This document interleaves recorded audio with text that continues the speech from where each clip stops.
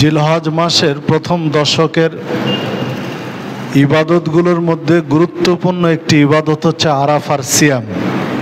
সহিহ মুসলিমের মধ্যে একটি হাদিস রয়েছে, আল রাসূল সাল্লাল্লাহু আলাইহি ওয়াসাল্লাম বলেছেন, সিয়ামু ইয়াউমি আরাফা আহতাসিবু আলাল্লাহ আন ইউকাফিরা আস-সানাতা আল্লাতী ক্বাবলাহু ওয়াস-সানাতা আল্লাতী বা'দাহু।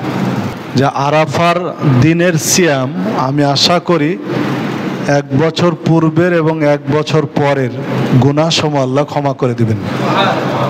মানে একটি সিয়ামের বদৌলতে আল্লাহ 2 বছরের পাপ ক্ষমা করে দেন।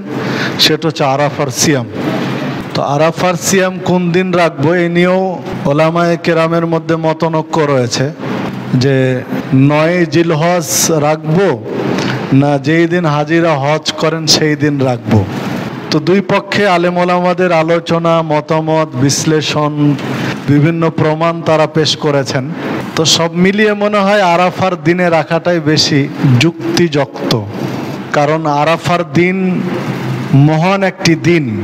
কারণ হাদিসে স্পষ্ট রয়েছে যে আল্লাহ রাসূল সাল্লাল্লাহু আলাইহি ওয়াসাল্লাম বলেন যে আল্লাহ আরাফার দিন ফেরেশতাদের ডাক দিয়ে বলেন যে দেখো আমি এদেরকে ডেকেছিলাম আমার ঘরে তওয়াফ করার জন্য, হজ করার জন্য ওরা এসেছে। ওরা যে দেখো কে কি চায়, যে যা চায় আজকে আমি তাই দিয়ে দেবো। মানে যারা আরাফে হজ করে তাদের। আরো অনেক আরাফার দিনের ফজিলত রয়েছে। তো সারা পৃথিবীর মানুষ আরাফার দিনের নেকি থেকে বঞ্চিত না হয় তারই একটা সিয়াম হচ্ছে আরাফার সিয়াম। তো আরাফা তো একদিনেই হয়, আর হাদিসেও আরাফার দিনের সিয়াম বলা হয়েছে, সিয়াম ইয়াউমে আরাফা।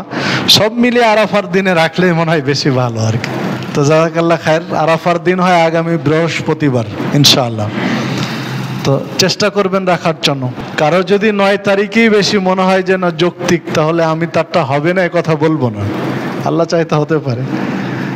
জাযাকাল্লাহ খায়ের, একটু খেয়াল রাখবেন।